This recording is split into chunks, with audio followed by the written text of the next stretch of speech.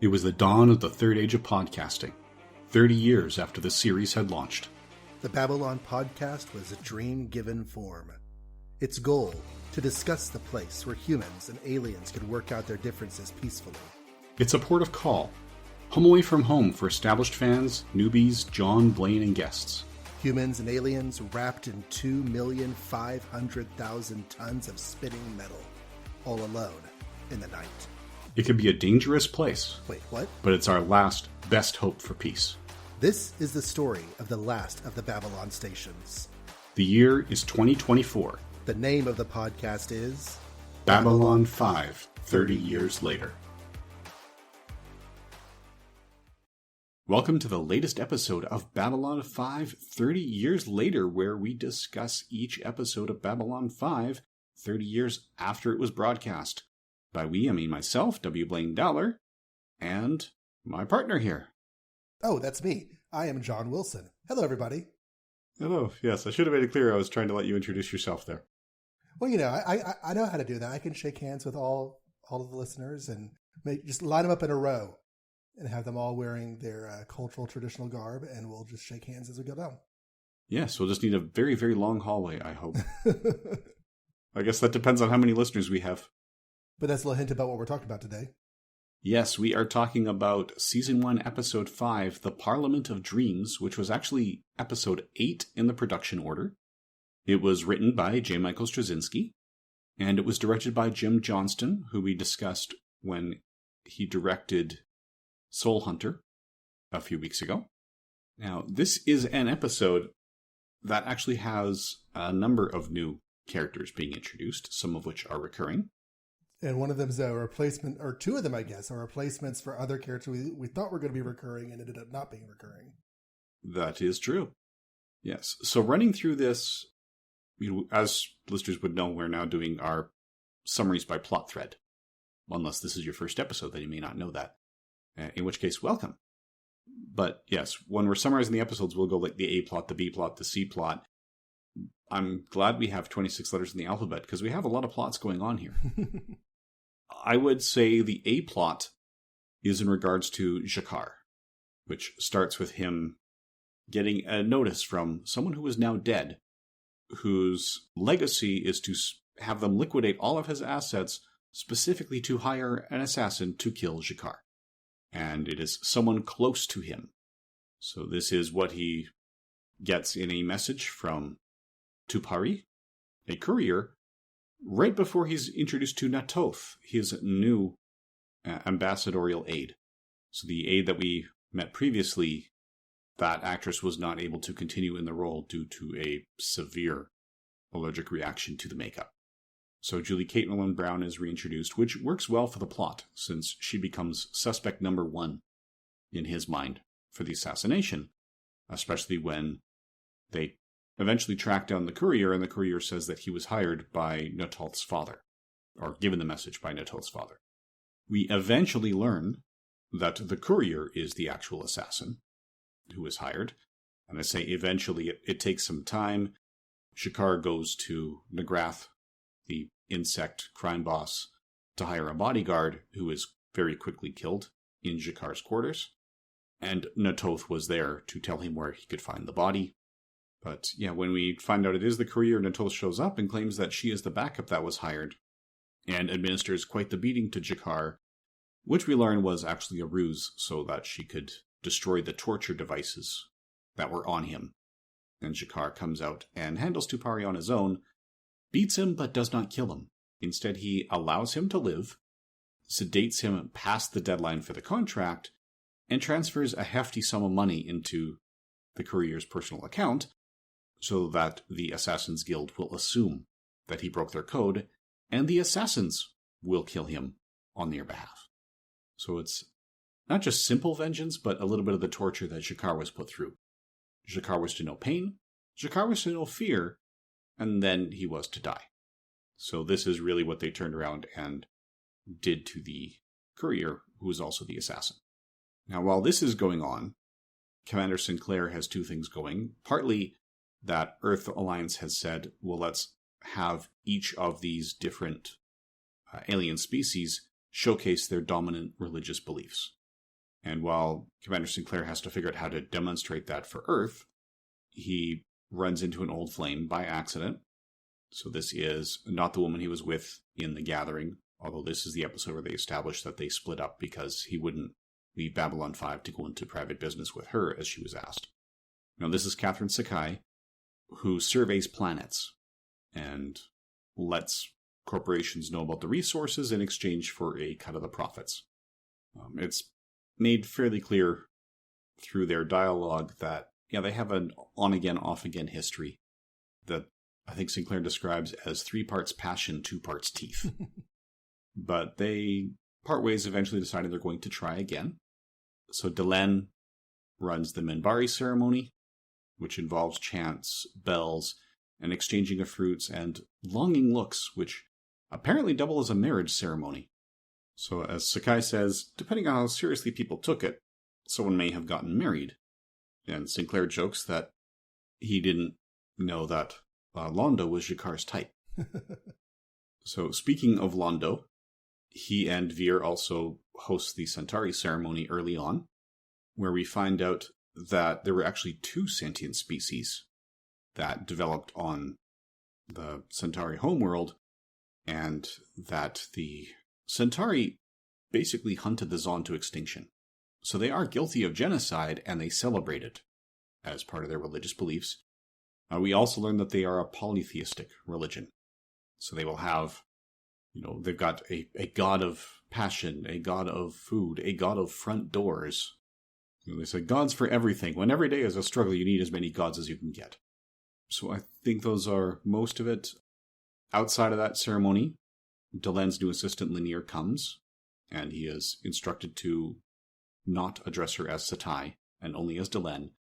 But we again see that her role as Satai, which establishes her as the Great Council, is significant as she has to convince Lennier to look at her. He would not look up in her presence as it was not considered appropriate. And the final part of the ceremony, Sinclair finally settles on showing Earth's dominant belief by demonstrating that it doesn't really have a dominant belief. And they line up a series of representatives of many religions, and he just introduces them by name and belief in the closing tag with a camera that pans back through a very, very long line.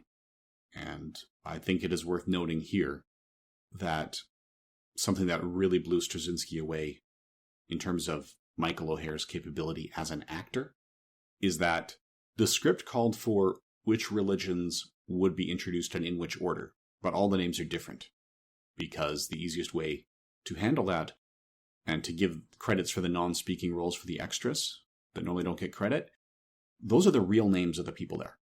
The actual actors, not character names? Yeah, and they're not even really actors. They are all people of that faith. So when they start with Mr. Harris, an atheist, that is an atheist named Harris. So the only thing that was really specified in the script is the order the religions are represented, and it was very important to Straczynski to have a Muslim and an Orthodox Jew side by side. Mm. And the thing that blew him away with Michael O'Hare is that they ran down the line, and they weren't sure how long the shot was going to be. So they went through at least the first 30 people in that line, and they introduced themselves by name and faith. And Michael O'Hare only had to have them go through it twice before he had every name memorized. Wow. With the faith. So yes, those are actual representatives of that faith who were asked to come dressed in their traditional garb. So I wanted to point that out. And then finally, just to point out the 3 new recurring roles that we have. Natoth is played by Julie Caitlin Brown, who has 25 acting credits that date up to 2013, including Jag, Sliders, a couple incarnations of Star Trek. So she's had a lot of guest roles, but not a lot of starring roles. And she is now also a talent agent who represents people who are, working with Stargate SG-1 and things like that. Julia Nixon plays Catherine Sakai, and she is still active. Her most recent credit is from 2020 at the time of this recording, which is well in advance, but she does have things in pre- and post-production. And even the stuff in pre-production may be out by the time you hear this podcast, because that's our lead time. And finally, probably, I would say the most recognizable face on the show to date, at least without his makeup, would be Bill Mumy as Lennier. who I would confidently say is best known for playing Will Robinson in the original Lost in Space from 1965. Yes. And it's worth pointing out, he has been on the credits all season so far, right? Yeah, he has been in there, I think, credit only since, obviously not in The Gathering, but I think since Midnight on the Firing Line. Yeah, so even though he's only showing up here in the 5th episode, like his role has been planned, and whatever his contract was, he's a series regular. He's just a series regular who missed the first 4 episodes. Yes, and now with his acting credits, I've been spoiled on the new Netflix Lost in Space, which I had not watched yet. Oh. That is a very unfortunate spoiler. Oh, well. Yeah. We watched the first couple episodes of Lost in Space, the family and I, and we really enjoyed it. It's just my wife doesn't tend to, or ex-wife doesn't tend to gravitate towards science fiction, so we didn't really stick with it, but everyone enjoyed it. Yeah, I've heard very good things about it, and yeah, seeing the name that he plays and the way it's phrased, I really wish I had no idea that was coming, so I will not name it in this recording, but I will say, if you haven't gotten to it yet, go now. Watch. I haven't seen it, I've heard good things, but this is the kind of thing where you really want to have it revealed on screen, and not as I just had it revealed to me. Oh, well. I would say he's also well known for his guest spots in the original and 2002 Twilight Zone, where he plays Anthony Fremont in both series. So he played 2 different characters in 2 different episodes of the original Twilight Zone, and the Monsters Are Due on Maple Street was probably the one he's best known for as the boy who would make people go out to the cornfield. So he was the boy who was the monster, well parodied. And then in the 2002 reboot, he plays the same character who's now trying to cope with his own child who has the same power. Wow. All right. Well, yeah, as whenever they said this is Lennier, I was like, finally, because I've known that name was there, and I've seen that face in the credits and stuff for the show. I was like, when is Bill Mumy going to show up as Lennier? So that was pretty cool. Yeah, it's also interesting because reading the script level, I don't know why they did it. Maybe it was actor availability or something like that. But his introduction appeared in an earlier script. And now that we're recording about it, I can't for the life of me remember which one. But one of Straczynski's scripts had this plot thread, and then it got cut from the final episode for time, and then it was put in here instead. I can see that happening. That makes sense. So this whole week to celebrate everyone's faith, the way it's described in the opening scene, I can't remember the exact phrasings to recite it here on the show, but just the way they describe it, it's almost like all the other weeks people are discouraged from exercising their dominant faith. So, because it's like, this is just the one week where they're encouraged to do so. I didn't realize at the beginning of the episode that was going to be like, it's more like a festival celebration, kind of, cultural pride week. Yeah, I think part of that is because it was introduced through Garibaldi. Mm-hmm. And it's that scene where his view is not as much excitement about it, because the first time we see him interacting with it is when he's explaining to someone, I don't care if it's ceremonial, you cannot bring this knife on board the station. So he's got the security side of things to deal with. Yeah.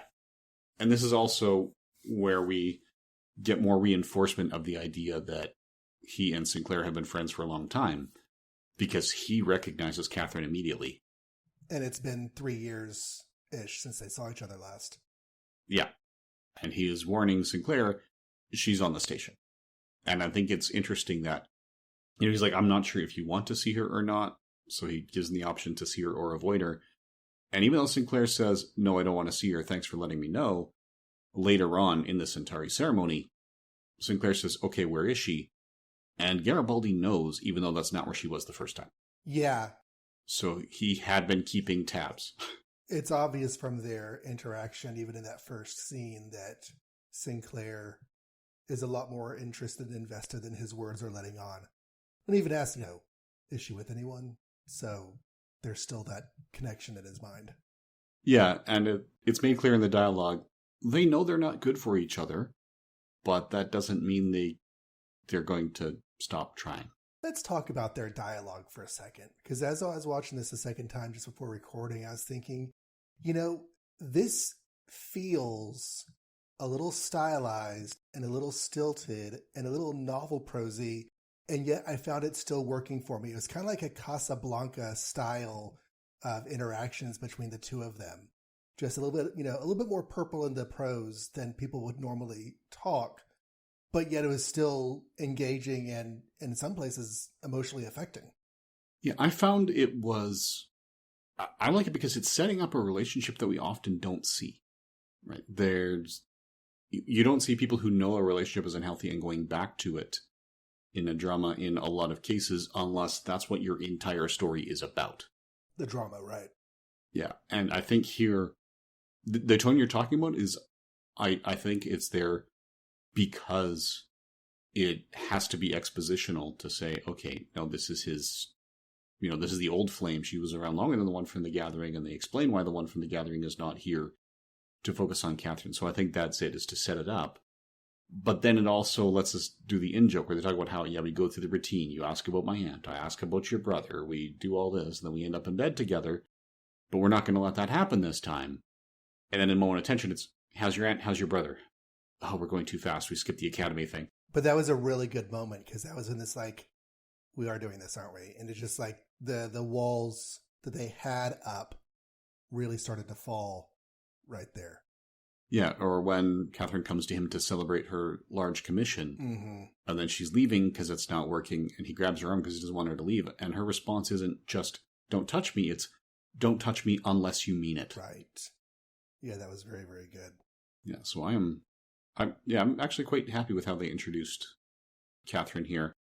I thought it really worked. And, as you pointed out, she as a character is sort of filling a role in the storyline that Carolyn was going to fill. But they're very different characters. Even just from the two interactions we've seen, these relationships are very different. The women are very different. It's not just putting a new name and a face on basically the same storyline, which is such an easy thing to do when you have to recast or refill a role, is just make it the same thing with a different person. But, I said this whenever they replace the Doctor, it's not the same kind of person. And also, the B I was going to say is acknowledging the previous relationship, acknowledging that as part of the story and part of the narrative. I just really, really appreciated both of those things. Mm-hmm. And it's, again, you'll notice that their jobs, when you say it's a different person, but she will fill the same role in the story, because both jobs involve travel to alien star systems. So one of the things, part of this is going to be, I was going to bring it up in giving form to the dream, but one of the things that JMS hates about a lot of relationships on TV is that the lead character's love interest doesn't have their own story, and they exist just to serve them. To do another comparison to Deep Space Nine, that was a huge issue I had with Keiko. Right. Aside from that one season finale when she was going head-to-head with Kai Wynn, when she was teaching the school on the station. Vedic Wynn, but yes. Yeah, right. She was still a Vedic at that point. But yeah, aside from that one episode, largely Keiko's story is to service Miles O'Brien's story, and not to have her own story. Keiko O'Brien is Miles O'Brien's wife. That's her. Yes, sorry. No, just say that's her role in the story. She is just Miles O'Brien's wife. Yeah, for a large part of it. Like I said, with that one season finale, which was an excellent episode, like that's a good showcase for Rosalind Chow as an actress as well. With that one exception, that's largely her role. And JMS, at this point, he didn't know that was coming because he was planning this before those episodes had aired. So this could not have been in response to Keiko specifically, but in response to the style of character that Keiko fits in. A lot of these are the spouses. Like, another example, just thinking, because John and I are both teachers in our day jobs, Welcome Back, Kotter. Mr. Cotter's wife is often there to help him process what's happening at the school, but should she ever have a storyline that didn't involve helping him process what's happening at the school? I don't know how much you've seen of Greatest American Hero, early 80s superhero sort of action comedy. And yeah, I watched it when it was on the air from when it was 4 till 6 and vaguely remember that. And then I'm partway through season 2 on my DVD rewatch, but that's been stalled for a few years. I'm also partway through season 2 on my first watch because I didn't watch it when it was on, except for occasionally. But his girlfriend in the first season has a character, has storylines, contributes in meaningful ways. And when they get to the second season, it's almost like they know what they're going to focus on, and it's the two main guys, and she's just there to, serve as, the female love interest person. She doesn't get as much chance to be a person. Yeah, one of the reasons that it only lasted 3 seasons and the third is short is because there was a lot of tension between the series creators and the studios, where the studios want more cut and dry archetype, trope, cliche stuff, fighting the sewer monsters, and the creators wanted to actually say something and do something different. But that was the early 80s, so different time, different, not as much awareness and thought. Yeah, and also the idea then was to keep every series episodic and appeal to the lowest common denominator to potentially maximize your ratings. So our first view of G'Kar in this episode is his preparing food and singing romantic ditties, Earth English romantic ditties, while preparing his meal. And I was like, this is a weird side of G'Kar that I wasn't expecting to see. Yeah, we're starting to expand G'Kar a little bit. That's also one of the very few scenes where an actor got away with breaking Straczynski's typically very strict, absolutely no ad-libbing rule. Because a lot of the dialogue is meant to resonate with wordplay he had planned seasons from now, so they couldn't change his words or they could break the foreshadowing. The ad-libbing he was allowed to do is because some of the food he was preparing is live. I noticed that on the second viewing, when he holds up the little crawdads or shrimps or whatever they are and talks to them, whenever he sets them down on the table, he says, "You stay there," because the door's ringing. And I saw the little antennae twitching. It's like, those guys are alive. Yeah. Yes, the line is, "Stay put." That's the ad lib, because that crawfish kept running away when they were doing the takes and have to reset, because by the time he came back to the table, his food wasn't there anymore. Which leads into the progression when people ask JMS what he thought was the funniest moment from season 1. He says the one that he loved that he didn't see people talking about was when someone says, "Are you Ambassador G'Kar?" And his response is, "These are Ambassador G'Kar's quarters. This is Ambassador G'Kar's table. This is Ambassador G'Kar's dinner. What part of this progression escapes you?" Yeah. That's a good line. But speaking of G'Kar, okay, so I thought he was supposed to be the bad guy in this show, and it has been multiple episodes now since he's even been antagonistic. Yeah, that's what I mean. We're seeing some depth to G'Kar. I will point out, when we saw him as the antagonist, it wasn't as clear in The Gathering, but Midnight on the Firing Line, he was the antagonist to hurt the Centauri specifically. Right.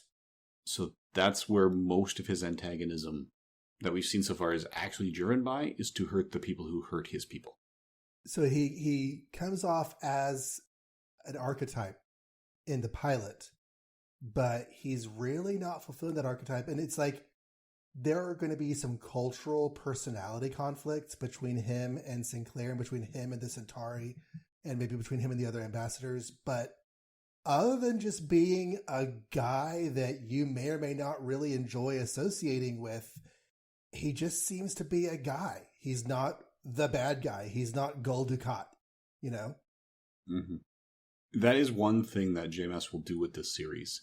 When he knows where he wants people to be long term, he has recognized that if you start with take elements of their personality that might fit a cliche but aren't where they're going to be in the long term, and you show that cliche first, then it'll keep the audience off guard as you start to move away from it and really show depth.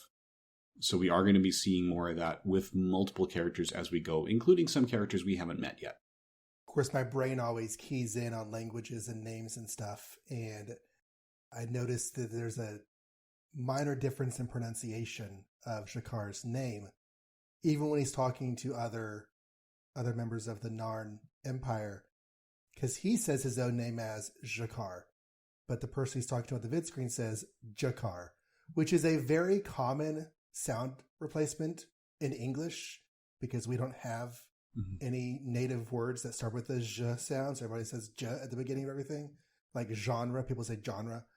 But I had thought that maybe everyone of the same species would pronounce it similarly. But I guess that was ethnocentric of me because people within a species always pronounce things differently.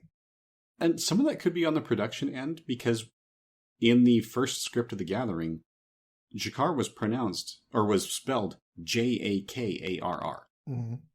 So Straczynski was pronouncing it as G'Kar, as the guy in the vid screen did here, Durag, I think. Are you sure Straczynski was pronouncing it that way, or he just spelled it that way? He was spelling it and pronouncing it that way, and it was Andreas Katsoulis who first pronounced it G'Kar. And Straczynski said, "You're pronouncing it G'Kar," to ask him why he was pronouncing it that way. And Katsoulis says, "Yes, I've decided he's French."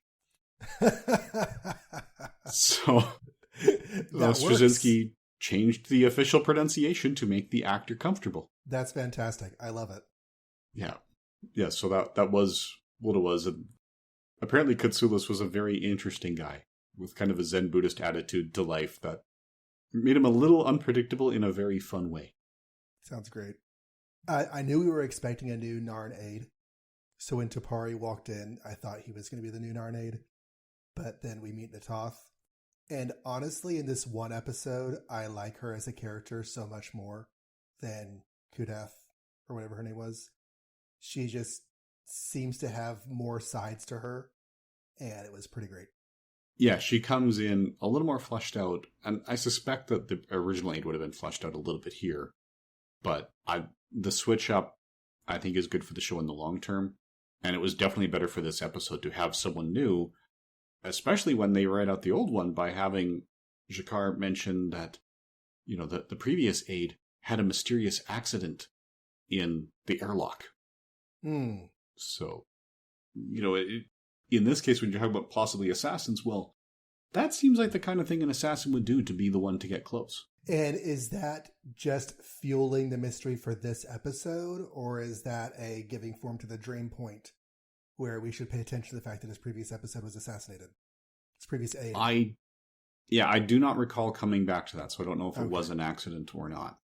So if they come back to it, it's been a while since I watched it. I'm trying to read ahead in the scripts to have the pointers, but it might just be further ahead. You can't remember every detail of all 5 seasons? Come on, why are we even doing the show? Yeah, I know. There might be others who are screaming at their podcatchers right now going, but what about? But I won't claim perfection. And like I said, I don't claim great expertise. That was my level of familiarity. I've seen it all once when the DVDs first came out and was excited by a chance to rewatch, and that's what this is giving me. Yes. So, in terms of reading the scripts, I am up to TKO. I have read that one. And I've watched up through the mid-season break in The Sky Full of Stars, which is 3 episodes ahead of this. Okay. Which, I don't think I said this on the show. I know that you and I talked about it. Whenever I said previously in this podcast that I had seen the entire first season, I'm pretty sure I was misremembering. I don't think I've seen past And the Sky Full of Stars. I think that is as far as I've seen. So I should probably stop watching ahead and just let things happen as they happen. Yeah, I think that's probably good because you are not far from the point when... So when I was watching this show the first time, there's an episode you haven't reached yet, which was the one that made me realize that the ongoing story arc is not just about Sinclair and the hole in his mind. So you've seen that, but there's another one coming up not long after that, where 2 characters bump into each other in the hallway and have a conversation, and I was going, wait a minute. This could be fuel for a fire. Well, And the Sky Full of Stars has a nice mid-season finale before mid-season finales were really a standard part of television. It has that good feel to it. So in my brain and in my memory, that was the season finale, and I made it through the entire first season. So it's just a mistake on my part. Well, that's okay. I'm sure we'll have plenty of opportunity to talk about when we compare that to the actual season finale. So I wrote down a note in my first watch of this that I did not notice in the second watch. Was there a character or a place named Morgoth? Not Okay, then Not that I recall. must not have been very prominent then. It may be just something randomly said in passing. There's some reference in the episode somewhere to the name Morgoth, and I was like, oh, is that named after the big bad from Middle Earth's first age? But it was probably nothing of consequence. It might, if there was, it probably would have been in the conversation with Catherine Sakai. Okay. And her other business people. But she gets rich in this episode. Yes, or, maybe not retirement rich. Right. But a really nice payday. Yes. Enough to celebrate and buy all the expensive things on the station. Mm-hmm. I enjoyed the different ceremonies. I liked that the Centauri ceremony really brings out sort of a hedonistic side of their culture or of their history. They pay so much attention to status and appearance and propriety that to have a part of their culture where they're able to just like give in and let all that set aside for a minute felt good. Yeah, and it's definitely a very different tone from the Minbari ceremony. Yeah. If you were walking through the station and you were able to join either one and didn't know that there was a religious aspect to everything, just, which room would you rather hang out in? I can imagine a lot of young people heading right for the Centauri. So that was, a lot of wine, a lot of song. Ivanova really seemed to be getting into it. I was thinking about that too. To do this. Yeah, her role in this episode is pretty limited, but the actor gets to play her different ways when she's on duty versus off duty, and this was definitely off duty Ivanova coming out. Yep, and this is also one that was the surprise to a lot of the cast members, because there's a point where Londo is showing people the statues of their gods, and in the script, he crawls over the table and then walks down, pointing to the statues from behind. And he pulled JMS and Jim Johnston aside and said, "Is it okay if I just stay on the table and crawl across it right in front of them?" And they did that and got it all in the first take. So when you're seeing, particularly Mira Furlan's reaction, because she was not expecting it, that's her actual reaction, as he is crawling across the table, putting hands in the food, and all of this going through the various gods before he becomes one with his inner self, a.k.a. passes out. Right.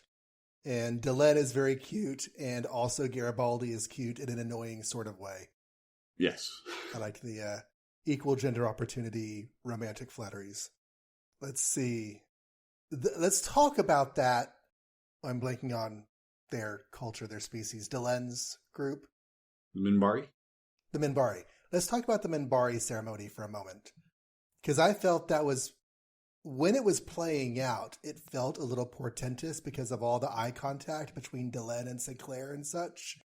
And, and so it begins after he eats the fruit. And then at the end, it comes back that it might have been a bit of a wedding ceremony. So I'm guessing this is something we should think about. Yeah, do you want to skip ahead to the we should and skip over Last Best Hope? No, we should talk about that in a minute. You're right. And we talked about the ending scene, which that ending scene where, they're doing the Earth cultures, it stuck out in my brain, over the years between when I first tried to watch this and we're doing it for the podcast. That was one of the things I remembered very vividly. It's just, it's remarkably poignant and such a simple idea. They're just shaking hands with members of different cultures, different belief systems, different branches of Earth humanity. And, I came away from that episode the first time just, JMS had this nice ecumenical approach to the quote unquote dominant belief system of Earth. Just like, it's all dominant. It's everybody. Yeah, he is very much an atheist these days. He was raised very stringent, and for a while joined a cult because of a particular girl who was a member of that cult. As you do. Now he is an atheist, but he is also very, very strongly in support of religious freedoms. Mm-hmm. And this is a sign of that. And this is something that was known. We've mentioned before how they were filming in a factory that was miles from anywhere. It was not particularly near the studio, so it was a good hour's drive to get there from the studio, further from that from any residential space. And that allowed them to have the freedom, because the studio heads would rarely come to visit the set. unlike the ones that are filmed on site, where they will just drop in randomly almost on a daily basis. Apparently, there were about 12 people from the studio here the day they were filming that shot, because they wanted to be there and see this on that day. Mm. They knew that this is going to be something, and some of them credit the way that scene was written as how they knew that this show was going to be something special. Because a lot of sci-fi, it's especially stuff set this far in the future, it's either utopia or dystopia. And Babylon 5 is the rare middle ground. Mm-hmm. And they are very often written as universally atheist. I mean, that's... If Gene Roddenberry had been on set for the original Star Trek every day, that's how the original Star Trek would have been done, as universally atheist. But he was actually very, very mad when they had one episode where Kirk says, yeah, we don't need Greek gods. We find the one to be quite sufficient. Roddenberry was mad that the producers from the studio made them put that line in there, to the one sufficient, to button that scene before they left. Right, because it puts, yeah. So that's the attitude, and Straczynski is looking at it going, why would that get wiped out? There's individual religions may rise and fall, but the diversity of religion on Earth, if anything, grows over time. Mm-hmm. So he's looking at history going, there's no evidence to support the idea that we're going to be one religion in the future. Right. And I think he's right, barring the possibility of an extreme holy war. I don't see how we're going to get there. And even after that extreme holy war where there's only one religion left, I think it's only a matter of time before other variations crop up. Yeah, because that's happened before. Mm-hmm. And because some people who lead religions aren't doing it for the right reasons, and they like the power and control it gives them, so they will find a way to put a variation on the theme to have their own following. Right, right. If they cannot be the Pope or equivalent, top dog in whatever religion is already there. But yeah, it was a really great final scene. We've the few hints we've had about Earth culture have been not great. What's going on back on Earth. And so to see this just, celebrating humanity in all of its colors and flavors was pretty great. Overall, this episode, Born of the Purple was pretty solid, but Infection was kind of middle, and I was not as keen on Soul Hunter as I think maybe you were, but this was a highlight of the season so far. Okay, well, for context, looking ahead, looking at the fan reaction and the IMDb scores, Soul Hunter and Infection are 2 of the 5 lowest rated episodes of the entire series. Okay. So it happens. Yeah, so the lowest rated episode of the series is in season 1. And after that, for those bottom 5, we have there's 3 in season 1, 1 in season 3, and 1 in season 5. And every episode we have seen so far in the long-term statistics is below average. Every episode we've seen so far in the long run is below average for the series. Wow. Okay. I can believe that, because even though, The Gathering and Men on the Firing Line and, those are all, enjoyable watches and they're decent episodes. They're not like, oh, I must watch more of this show kind of episodes. They've been good in the context we've done so far. But yeah, I might even put this episode on the top so far. Yeah, I think this is a very strong, and it probably is the strongest we have seen to date, at least of those that we have discussed. But yeah, I wouldn't say it's the strongest of this season, and what we have coming up, there's huge swaths of episodes, consecutive episodes, that are stronger in isolation or together than what we've seen so far. This is a series where season 1 is a lot of world building. And we'll get to it when we get to Crusade. But one of the lessons that JMS learned from this before going into Crusade is that season 1 here he felt had too much world building. So it was hard to build the audience it should have had. Mm. And he should have done more of the long-term story before that. Because there are bits of it. I don't know, do we want to get to the last best hope and then move to Giving Form to the Dream to talk about what is coming up? Yeah, I think I've talked about everything in front of this episode I want to talk about. Okay. So what was your standout character or character moment in this episode? I'm going to give the last best hope to Julia Nixon's eyes. When she and Sinclair are talking, she has this really penetrating way of looking at him that I don't know. It was just, I'm missing the right adjective.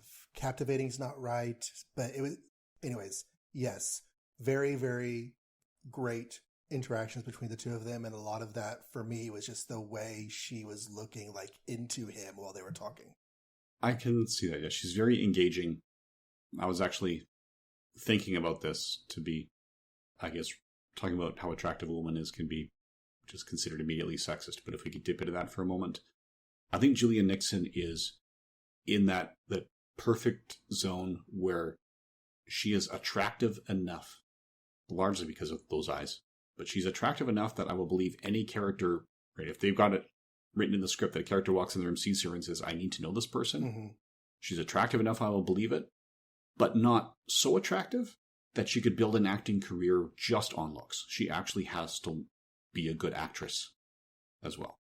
She's not quite at that point where she'll get the role just to be looked at, which I think is kind of the perfect zone for an actress to be in. I'm not sure how many actresses go after roles just to be looked at, but they may be sometimes cast by other people to have them just be looked at. Yeah, I don't know anyone. Yeah, I don't know anyone who wants to do that. But a lot of the model turned actress types, it's like, yeah, if you didn't have a model look, you wouldn't be getting this actress job either. So yeah, I can see that. For me, the moment that stands out, it's tough. Part of it is there's one line, one of the Londo's last lines before passing out, when he says, "But in purple, I'm stunning." Didn't grab me watching it, but it's when JMS talks about how, he put that in carefully because, purple is the color of royalty, Mm-hmm. and that's how Londo sees himself at his heart.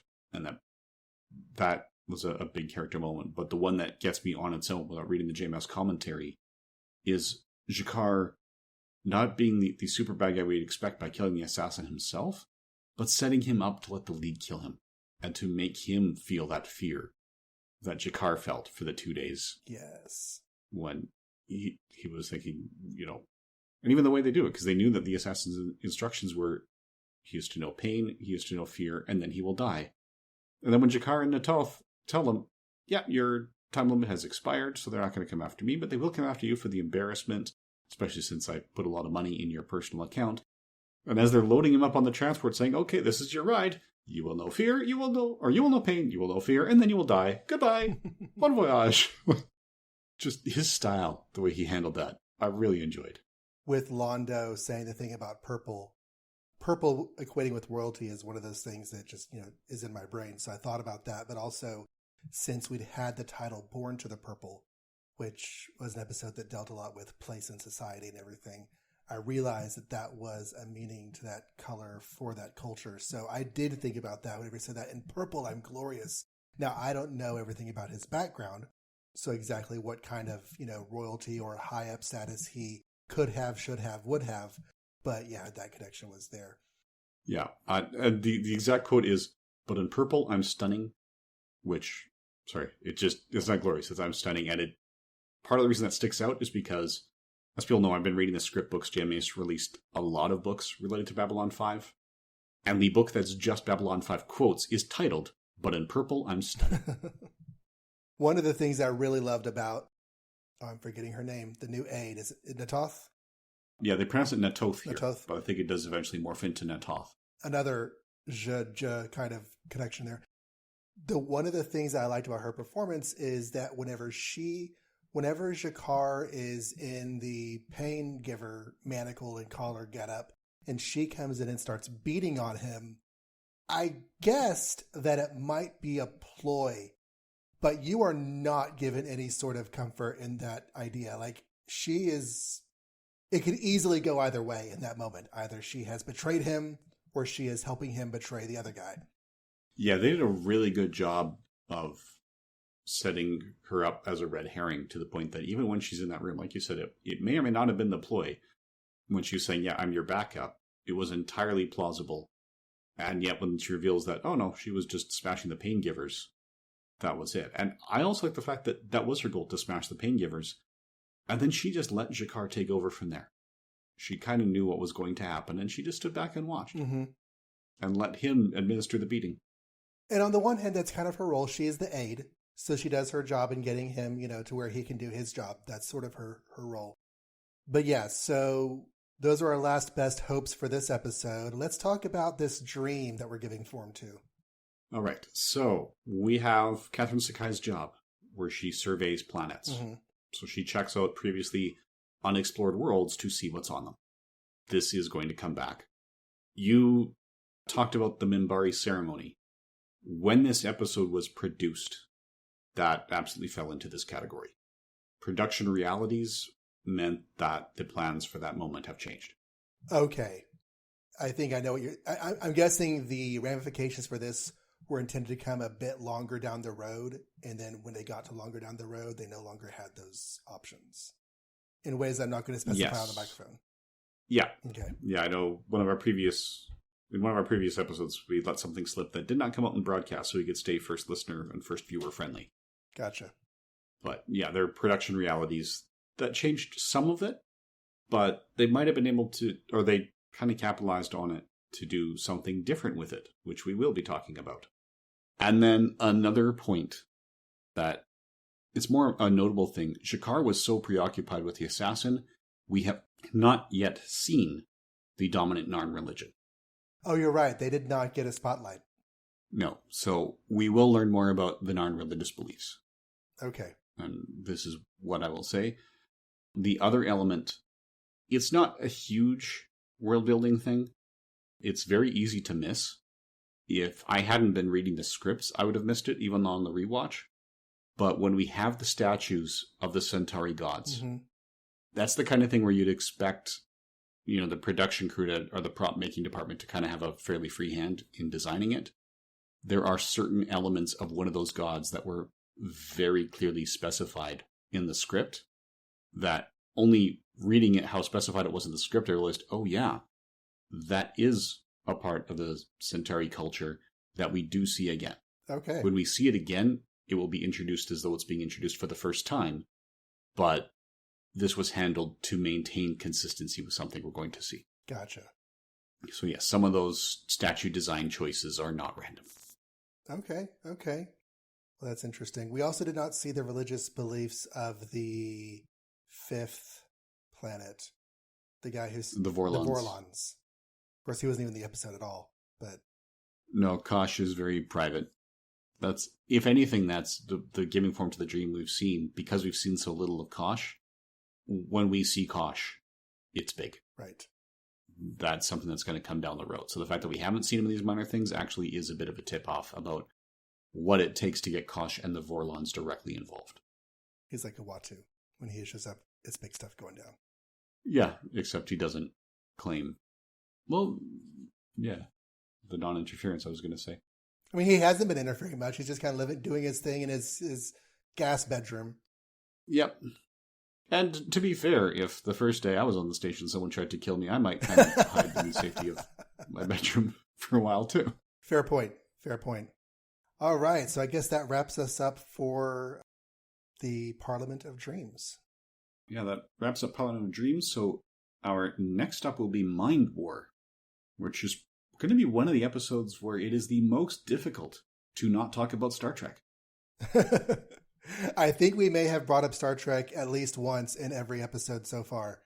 I was conscious of it today because I don't want to always be comparing negatively to Deep Space Nine, but yes, Mind War. Looking forward to that. Yes, and it's here. It's because of a guest star. Yes, who thankfully is still with us, and we hope he will be with us for a very, very long time. But when the inevitable obituary comes, they will quite possibly list Star Trek before Babylon 5, even though he will appear more than once. Gotcha. That's the kind of thing. It's actually Patrick Stewart who said, when people are asked him in interviews, he's been Professor X, he's done with Shakespeare, and yet he's still known as Patrick Stewart. And he's like, oh yeah, when my eventually obituary comes, they will say Patrick Stewart of Star Trek The Next Generation, and I am totally okay with that. All right, so if listeners would like to get in touch and have feedback right on the air, you can send email to Babylon5 30 years later using letters or numerals. Babylon5 30 years later @gmail.com. The @gmail.com is an important piece. I should not have left that out. You can also leave comments on the website where this is hosted at johnreadscomics.com, which is one of its homes. You can leave comments there. Yes, Bureau42.com is the other home online where you can leave comments. Also, if you would like to leave a review in Apple Podcasts or whatever your favorite podcatcher is, we greatly appreciate it. That helps when people find the show. It says nice things about it, hopefully nice things. And if you do leave a review that's not in Apple Podcasts, feel free to let us know by email or comment just so we can acknowledge and thank you for it, because there are so many podcatchers these days, it's hard to watch them all. This is true, and you can also leave comments on YouTube if you are listening that way. They may not appear immediately. We've got the anti-spam moderation rules in effect. But as long as you're not out there trying to sell knockoff Oakleys or something, we'll approve the comment. All right. And the Zocalo, what is our podcast advert going to be? I don't think we've decided that, but it'll be something great that we hope our listeners will truly enjoy. All right. Sounds good. Well, be back here next week then, everyone. Yes, back for Mind War, which originally aired on March 2nd, 1994. Oh, and as a note, because that's March 2nd, 2024, when that podcast comes out, 2024 is a leap year. 1994 is not. So the new episodes in your feed will shift from Friday to Saturday, because we're sticking 30 years later to the date. Important point. So we're no longer a Friday show after today. We are now a Saturday show. Yes, and we will remain a Saturday show for quite some time, until 2025, when Babylon 5 moved from Wednesdays to Mondays. Okay. Then we will bump back to Thursdays for a time, and then we will shift to Wednesdays because 1996 was a leap year and 2026 is not. All right. So wibbly wobbly calendar wallander. Yep, and then we'll start jumping around again when the movies start running, and also when season 5 hits, because the schedule's changed again. So yeah, we'll always let you know when you can hear us next. Okay, but for now, we will talk to you in a week and a day. Yes, so good eating to you. And thanks for listening. Hello, Blaine here again. With all of our talk of Bill Mumy and his time on the Twilight Zone today, it seemed like a good week to drop in a promo for the Twilight Zone podcast hosted by Tom Elliott. It's a Rondo Award-winning podcast, one of my favorite TV podcasts out there, but it doesn't appear as though Tom has put together a trailer. So instead, I'm just recording a little infomercial, I guess, about it. So the web home is thetwilightzonepodcast.com. Again, the host is Tom Elliott. At the time of this recording, in August of 2022, Tom is early in his coverage of Season 5 out of 5 of the original Twilight Zone. His release schedule is a little bit unpredictable because he's a busy man who takes his time to make sure that the episodes are the best they can possibly be. So sometimes they're a couple weeks apart, sometimes they're several months apart, but they are always worth waiting for. So that's the Twilight Zone podcast, hosted by Tom Elliott, which is in pretty much all the podcatchers out there. So please go check it out.